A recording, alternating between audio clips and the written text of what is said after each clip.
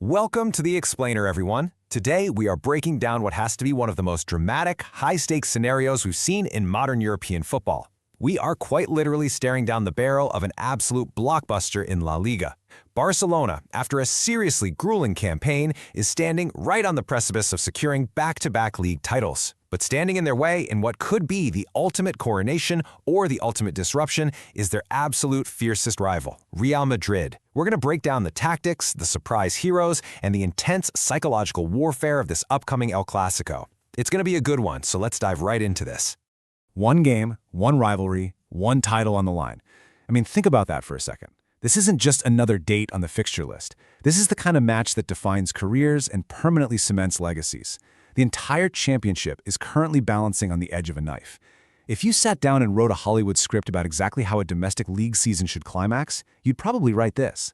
You've got Barcelona hosting Real Madrid at Camp Nou, with the mathematical possibility of clinching the league right in front of their bitter rivals' eyes.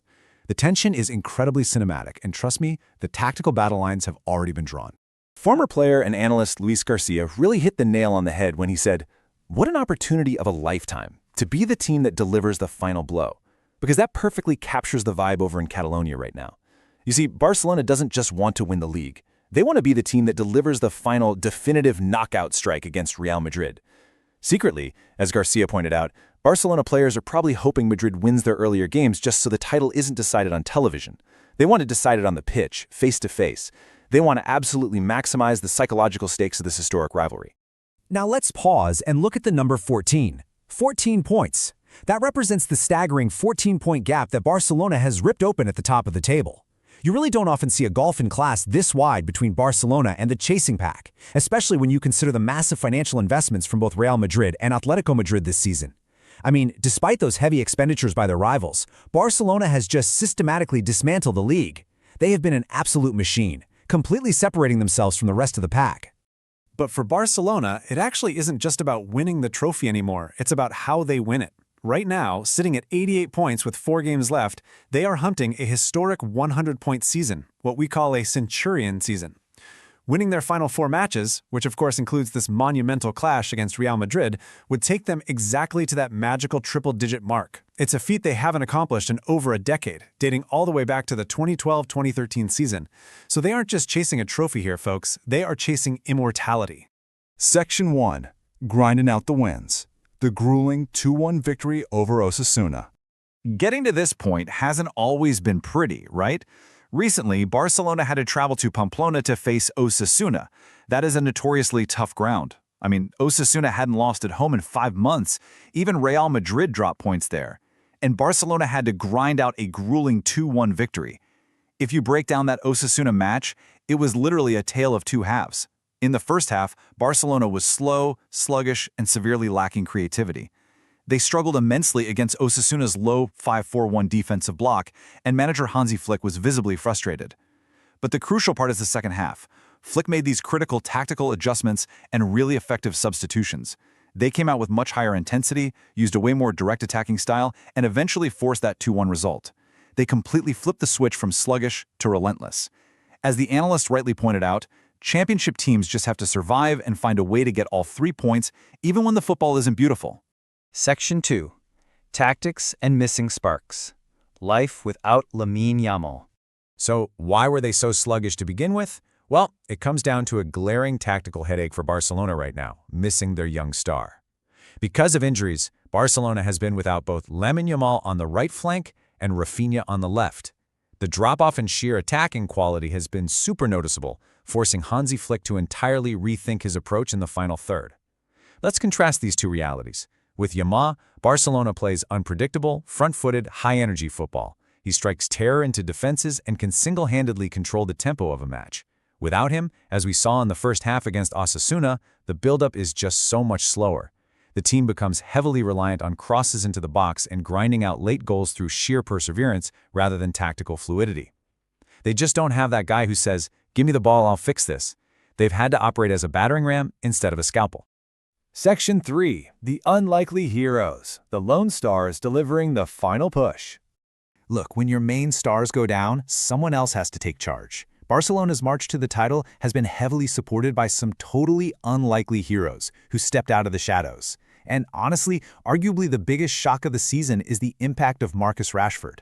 Yes, on loan from Manchester United, Rashford has been nothing short of a revelation for this squad. He's generated a massive 24 goal contributions in the league alone. What's really brilliant, though, is Hansi Flick's tactical deployment of him. Against Osasuna, Flick purposely shifted Rashford to the right wing. Why? Because Flick knew Rashford's lethal crossing and set-piece abilities were exactly what was needed to break down a deep defensive block. And it worked perfectly. Rashford delivered the crucial assist to Lewandowski for the opening goal. What's even crazier, after all his years at United, Rashford is now chasing his very first career league title. The reality is, Barcelona's secret weapons this year are their squad depth and incredibly smart investments. You see Rashford's amazing 24-goal contributions, but look at academy product Fermin Lopez towering right next to him with an unbelievable 31 goals and assists. Guys, these are numbers you expect from prime world-class wingers, and Barcelona is getting this massive production from a loan signing and a homegrown talent who isn't even always a guaranteed starter. This kind of depth is the exact reason they are 14 points clear at the top. But, amidst all this success, there is a pretty massive question looming over Camp Nou. Is this the final ride for their veteran number 9, Robert Lewandowski? Sure, he scored the crucial opener against Osasuna, but it's been a genuinely weird season for him. He's nearing 38 years old, he's on massive wages that actually increase year over year, and analysts have noted a significant drop-off in his clinical productivity in front of goal. So will he be allowed to stay on a cheaper deal? Or is Barcelona finally ready to turn the page? If Lewandowski does leave to free up that massive wage bill, Barcelona is already looking at some heavy-hitting replacements. Sources indicate a pretty eclectic shortlist. First, you have João Pedro, who offers a much younger profile perfectly suited for Flick's intense pressing system. Then you have Julian Alvarez, who would be incredibly expensive, potentially near 90 or 100 million euros, but brings that elite pedigree. And finally, you have Alexander Sorloth, who might be a cheaper, more short-term option given his age. It's a massive decision for the board, but obviously it's one they can only really make after securing this current title. Section 4. Real Madrid's spoiling threat. Preventing the ultimate humiliation. All right, let's flip the script and look at the enemy camp. Real Madrid is coming to Camp Nou not just to win a football match, but to prevent the ultimate humiliation. They are the desperate spoiling threat in this narrative. For Madrid, this isn't about winning the league anymore. It's entirely about protecting their pride and disrupting Barcelona's historic party. And that threat of humiliation comes down to one specific concept: El Pasillo, or the Guard of Honor. If you're not familiar, in Spanish football, it's a long-standing tradition that if a team has already mathematically clinched the title, their next opponent forms a corridor and literally applauds them onto the pitch before kickoff. The psychological weight of Real Madrid's Galacticos having to stand at Camp Nou and clap for Barcelona is virtually unthinkable for Madridistas. It is a total nightmare scenario, and they are desperate to avoid it. So how exactly does Madrid avoid this nightmare? Well, they have a strict two-step survival plan. Step 1, they absolutely must defeat Espanyol in their match beforehand. A win against Espanyol mathematically delays Barcelona from clinching the title prior to El Clásico. Step 2, they have to walk into the incredibly hostile environment of Camp Nou and actually win the Clásico itself. Doing so spoils the home celebration, delays the trophy lift, and allows Madrid to salvage their ego in what has otherwise been a pretty disappointing domestic campaign. Section 5. Who claims the crown? El Clásico decides it all. This brings our narrative to an absolute boiling point. The tactical grinds, the breakout performances from players like Rashford and Lopez, the aging superstars, and the bitter historic rivalry, it all funnels directly into these upcoming 90 minutes. Everything is on the table. Let's just look at these motivations side by side. The specific El Clásico is uniquely volatile. Barcelona is motivated by history and pure dominance, sealing the title at home, chasing a 100-point season, and humiliating Madrid. Meanwhile, Real Madrid is fueled by pride and, let's be honest, spite, delaying the celebration, avoiding the dreaded Guard of Honor, and ruining the Camp Nou party. It is a pure clash of an immovable object and an unstoppable force, driven entirely by two very different kinds of desperation. So, the ultimate question remains for you to consider. Who has the tactical and mental edge here? Can Hansi Flick's makeshift attack, spearheaded by the unlikely Lone Star Marcus Rashford and the veteran Lewandowski, break through? Or will Real Madrid's pride force them to deliver one final dramatic twist to delay Barcelona's ultimate glory? It all comes down to El Clásico. Will Barcelona lift the title?